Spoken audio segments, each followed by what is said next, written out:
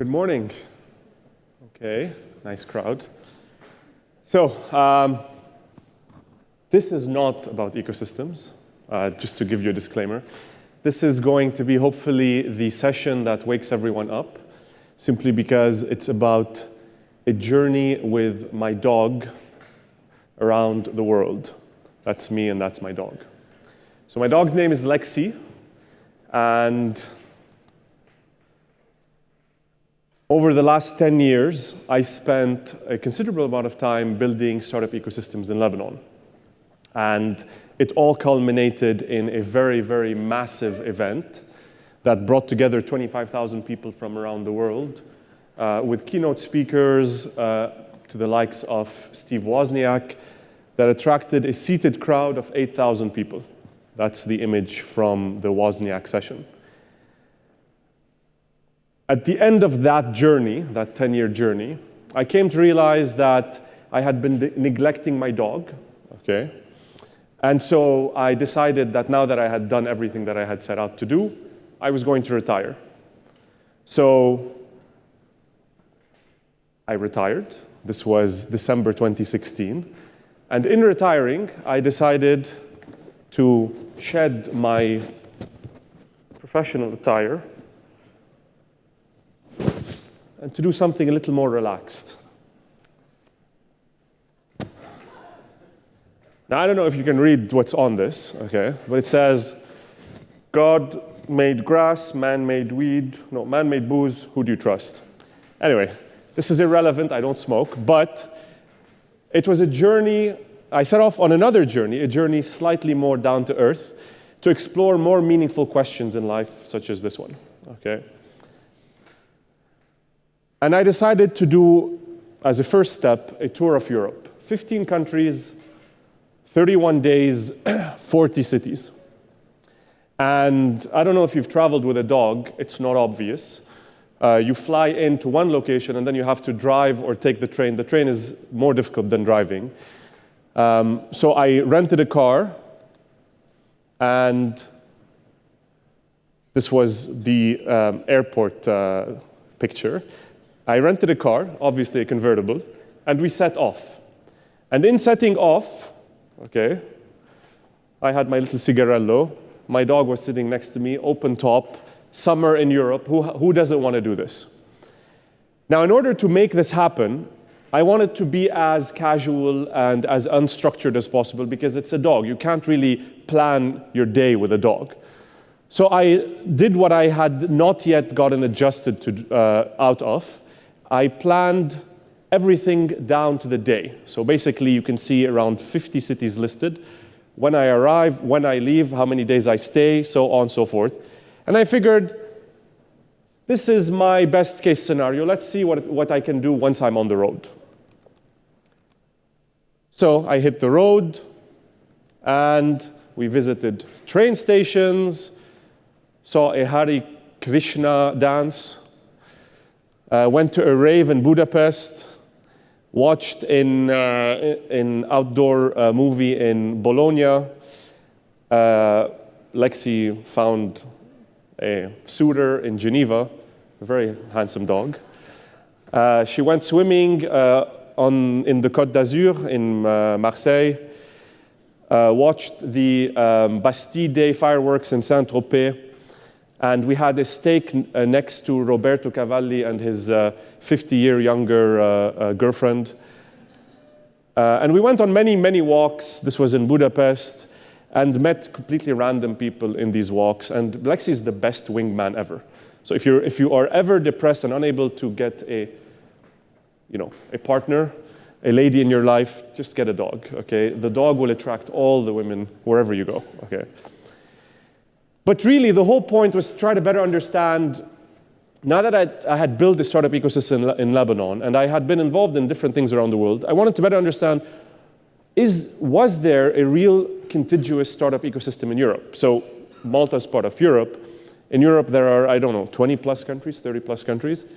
And each country says they want to be the next Silicon Valley, and they want to be the hub of entrepreneurship in Europe. And I'd heard that a million times. I'm like, that's not possible. You can't have 30 hubs.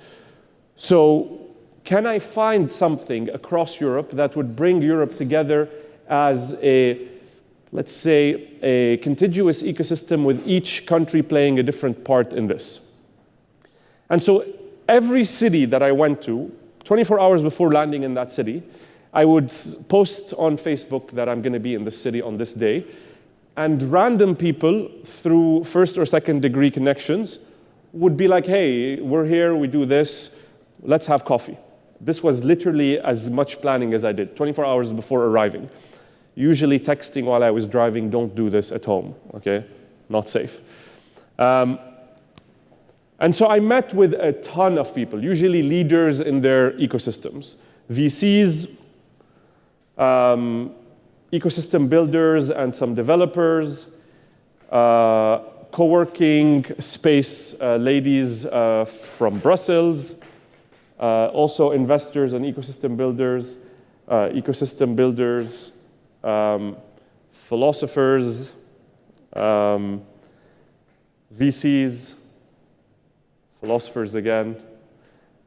And 9,999.9 kilometers later, I finished the journey where I had started, which was, I started in Italy, I landed back in Italy, and that picture that you saw as my starting image was a reflection of the celebration that I was able to have at the end of that journey. It was a really profound moment of accomplishment, but it wasn't the accomplishment of having done 10,000 kilometers in Europe.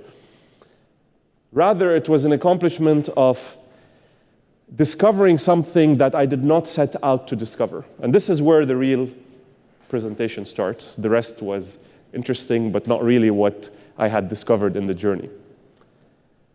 So this word, I don't know if anybody speaks Italian here. Maybe. Oh. So this in Italian, I think, is pronounced otium.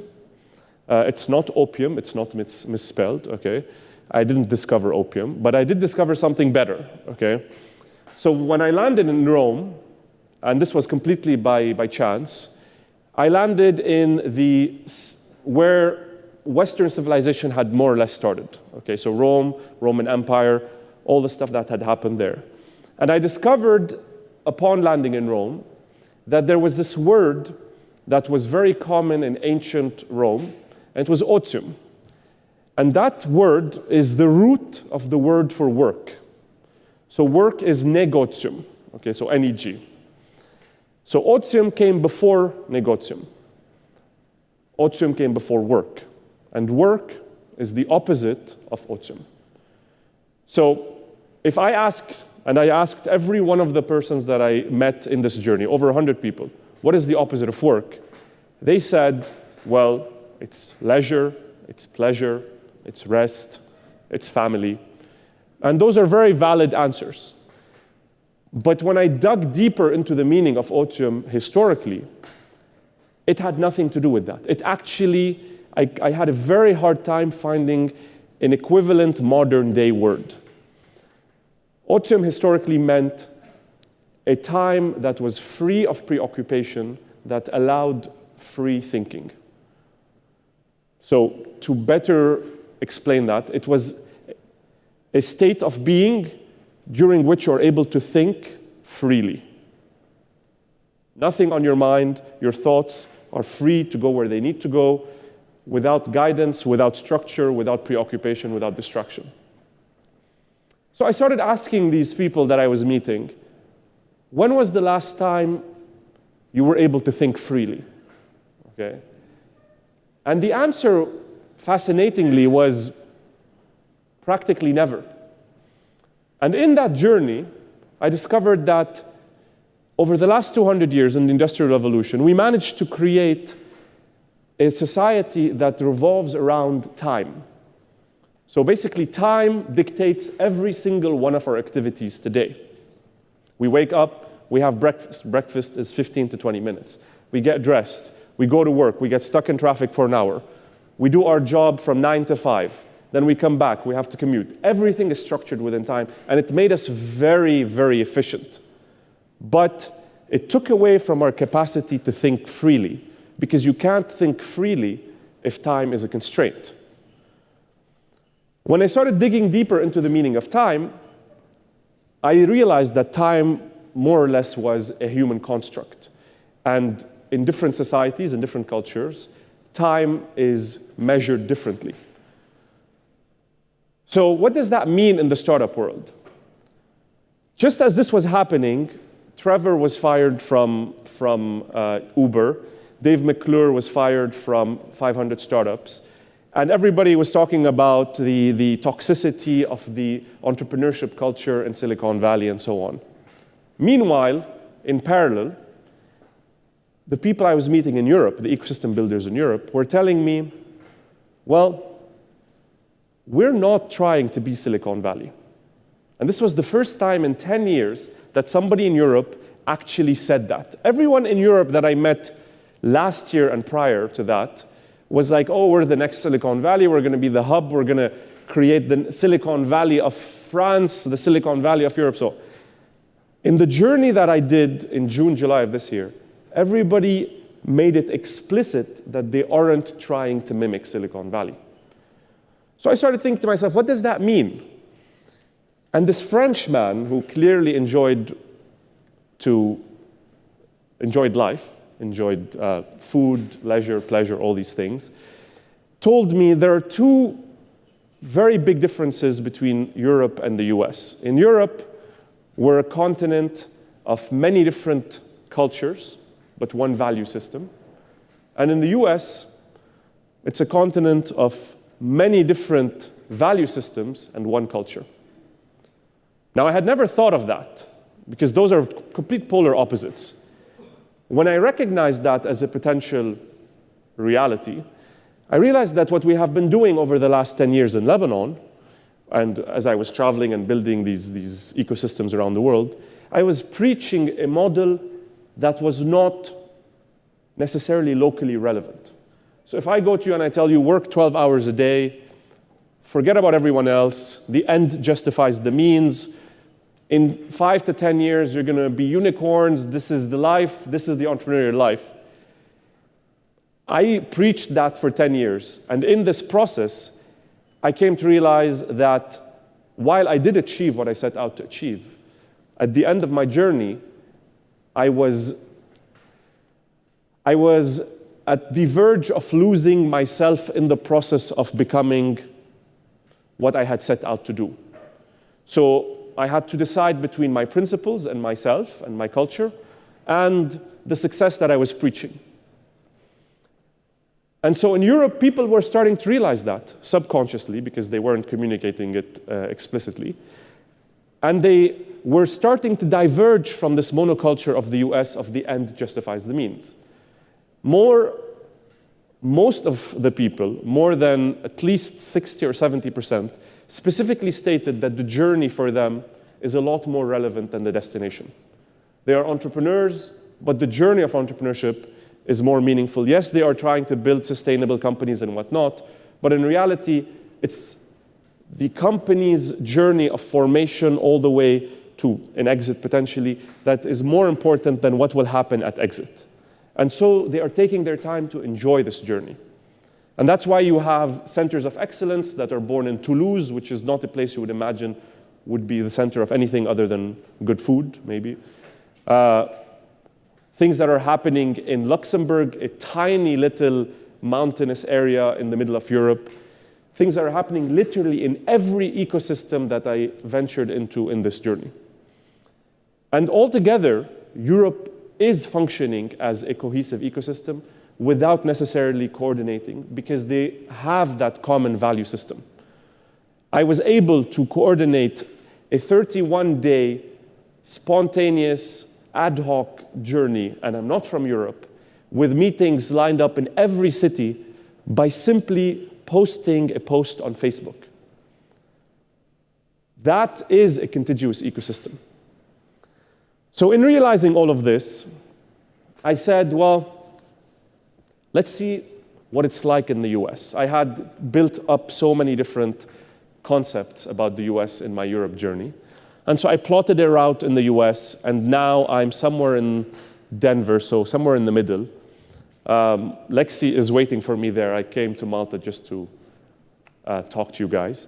And what I'm discovering in this journey is that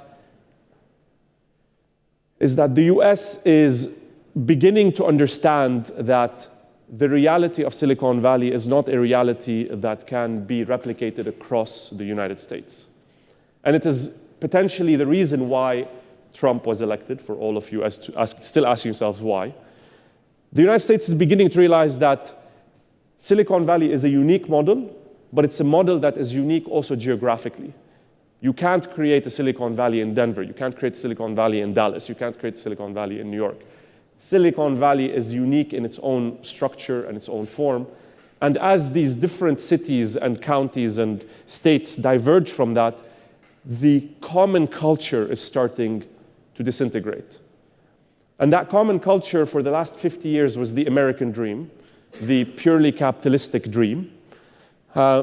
These states are beginning to identify with local cultures, and these local cultures are beginning to show the differences that we are starting to see, the conflicts within.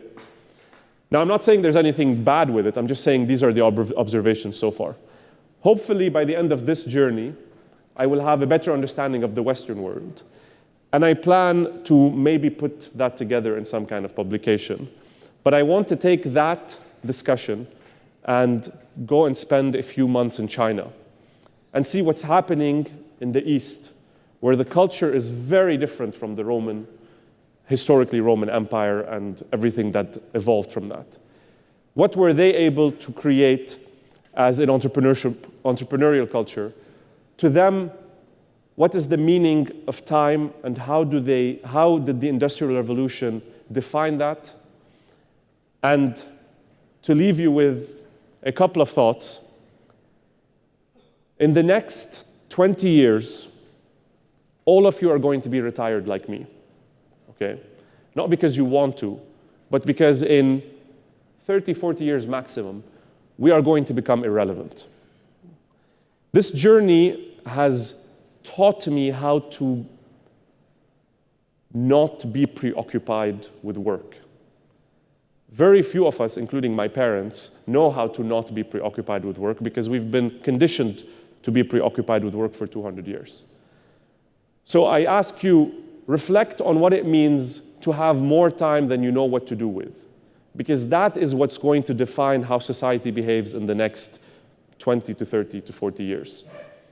And how society behaves when we don't have a preoccupation with work is what's going to define the next iteration, the next age, the age of debauchery, which is what a large part of the ancient Roman Empire did, or the age of very advanced thought, which is what happened also in the Roman Empire, where most of the code of laws that we know today, most of the way that we look at the world today was created 2,000 years ago.